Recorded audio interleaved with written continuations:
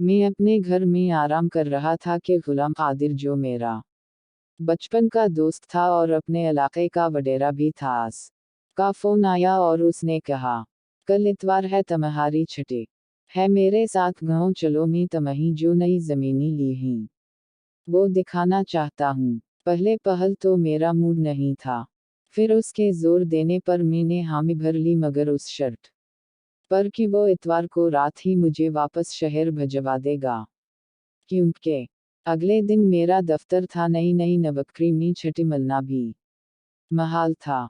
गुलाम कादिर ने वद्दा कर लिया। इतवार की सुबह फजर की नमाज पढ़कर हम लोग गाँव के लिए निकल पड़े। रस्ते में रख कर नाश्ता किया और फिर एक तवील थका देने वाले सफर के बाद हम लोग गाँव पहुंच गए। जमाल, तुम थक गए हो, गे कुछ देर आराम कर लो, खाने के बाद तैयार रहना, मैं तुम्हें अपनी जरी जमीनी दिखाऊंगा। मेरी कमर वाकई में गाड़ी में बैठे बैठे तख्ता हो चुकी थी। उसकी ये आफर सनहरी लगी लहजा फौरन हामी भर ली। 1 घंटा आराम करने के बाद उठकर नहाया तो ताज़ा दुम हो गया। अभी नमाज पढ़कर फारगी हवा था का मलाज़म गर्मा गर्म खाने ले आया। तुम्हारे साहब कदर हैं? मैंने मलाज़म से पूछा। बस जी, आप शुरू करें, वो आ रहे हैं। अभी मलाज़म की बात ख़त्म ही हुई थी कि गुलाम कादिर भी आ गया। हमने डटकर मुर्गे की कढ़ाई, जो देसी घी में बनी थी, मकई की रोटी, सरसों का साग और जग भर लस्सी से पेट पूजा की। फिर गुलाम कादिर ने मुझे गाड़ी में बैठाया और खुद घर के अंदर चला गया। मैं गाड़ी में बैठा दूर दूर तक फैले सब्ज खेतों का नज़ारा करने लगा। कुछ देर ही गुजरी होगी जब गुलाम कादिर बाहर आ गया। उसके हमराह एक 12-13 साल का दुबला पतला सा बच्चा था। वो उस बच्चे को अपने साथ लिपटाए गाड़ी के करीब आया तो मैं भी गाड़ी से उतर कर बाहर आ गया। जमाल, मेरे बेटे गुलाम मोहम्मद से मिलो। बच्चे ने मेरी जानिब अपना हाथ बढ़ाकर मुझे सलाम किया।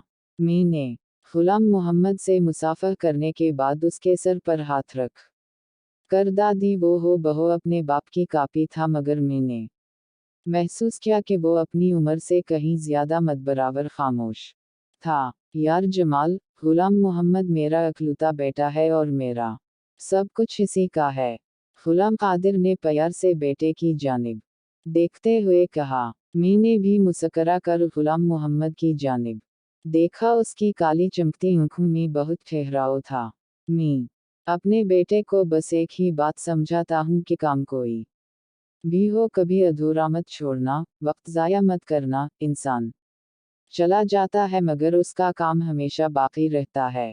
ये बात तो बिल्कुल सच है। मैंने प्यार से गुलाम मोहम्मद के सर पर हाथ रखा। वो धीमे से मुस्कराया और बाप से मजीद चिपक कर खड़ा हो गया। फिर हम लोग जमीनों की तरफ रवाना हो गए। वाकई में गुलाम कादिर का इलाका बहुत सरसब्ज था। कुछ दूर चलने के बाद गाड़ी रुक गई। हम सब गाड़ी से उतर आए। तब गुलाम कादिर ने मुझसे कहा, जमाल, जहाँ तक तुम्हारी नज़र देख सकती है, ये सब मेरी ज़मीनी हैं। ये फल, ये दरख्त, खेत खलियान, जंगल, बागात और जानवर सब मेरे हैं। यहाँ मेरी मर्जी के बगैर कुछ नहीं हो सकता। उस वक्त गुलाम कादिर के चेहरे पर बड़ी फानहाना चमक थी। ये सब मैं अपने वालिद के इंतकाल के बाद से संभाल रहा हूँ, बल्कि उसमें बहुत इजाफा भी किया है, और अब मेरे बाद मेरा बेटा ये सब संभालेगा। उसने मोहब्बत पाश नजरों से बेटे की जानिब देखते हुए कहा। अचानक किसी अनजानी समत से गोलियां चलने की आवाजें आने लगी। मैं बे इंतहा खौफजदा हो गया। गुलाम कादिर के गार्ड्स ने उतरकर पोजीशन संभाल ली। हम तीनों गाड़ी की आड़ में आ गए। जमाल, यार परेशान न हो, यहाँ होता रहता है, गुलाम कादिर ने मुझे खौफजदा पाकर कहा। वो और गुलाम मोहम्मद बिल्कुल मुतमईन खड़े थे। मैं इन दोनों का अतमीनान देखकर मजीद खौफजदा हो गया। गार्ड्स मुख्तलिफ समतों में फायर कर रहे थे। गोलियों की तड़तड़ाहट से सारा माहौल गूंज रहा था। गुलाम कादिर ने मुझे बताया, ये चोर उचके हैं जो किटी फसल चराने के चक्कर में रहते हैं। रात से उस इलाके में एक चोर को मेरे आदमियों ने घेरा हुआ है, हम इंतजार कर रहे हैं कि उसके पास गोलियां खत्म हों तो फिर पकड़ें और खूब जूते कारी करें। वो रौनक से बोला। उस की बात सुनकर मैंने इत्मीनान अपने अंदर उतरता महसूस किया, मगर दफ्तन वो हो गया जो किसी ने भी नहीं सोचा था। एक अंधी गोली गुलाम कादर की खोपड़ी तोड़ती हुई गुजर गई। वो मुंह के बिल जमीन पर गिर गया।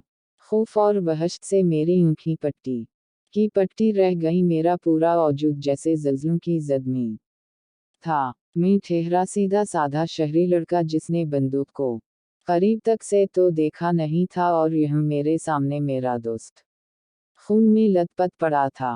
गुलाम मोहम्मद बाप की लाश से लिपटकर रो रहा था। गार्ड्स ने थोड़ी ही देर में सामने झंड में से एक और लाश बरामद कर ली, जो यकीना इसी शख्स की थी जो छुपकर फायर कर रहा था। जब गार्ड्स उसकी लाश घसीट कर लाए तो गुलाम मोहम्मद ने बाप के सीने से सर उठाकर देखा, अपने आंसू साफ किए और चंद लम्हे हैरत से लाश को देखता रहा, और फिर सर उठाकर गार्ड्स से कहा, ओए, ये तो बराबर वाले गांव के वडेरे का मुंशी है। गार्ड्स ने इस बात में सर हिलाया। मैं आगे बढ़कर गुलाम मोहम्मद को सीने से लगाना चाहता था। वो मासूम सा बच्चा था जिसके सामने उसके बाप को इंतहाई सिफाकी से कत्ल कर दिया गया था। अभी मैं ये सोच ही रहा था कि गुलाम मोहम्मद ने मेरी जानिब देखा और जुमला उसके मुंह से निकला, उसने मुझे 440 वाट का झटका दिया। आइए जमाल चाचा, बाकी ज़मीन में आपको दिखा दूं और बचल बाबा को घर ले जाओ, मैं काम मुकम्मल करके आता हूँ। मज़ीद ऐसी ही सच्ची कहानियों के लिए चैनल को सब्सक्राइब करें और वीडियो को लाइक करना न भूलें। अपना बहुत सा ख्याल रखिए। इजाज़त दीजिए। अल्लाह हाफिज़।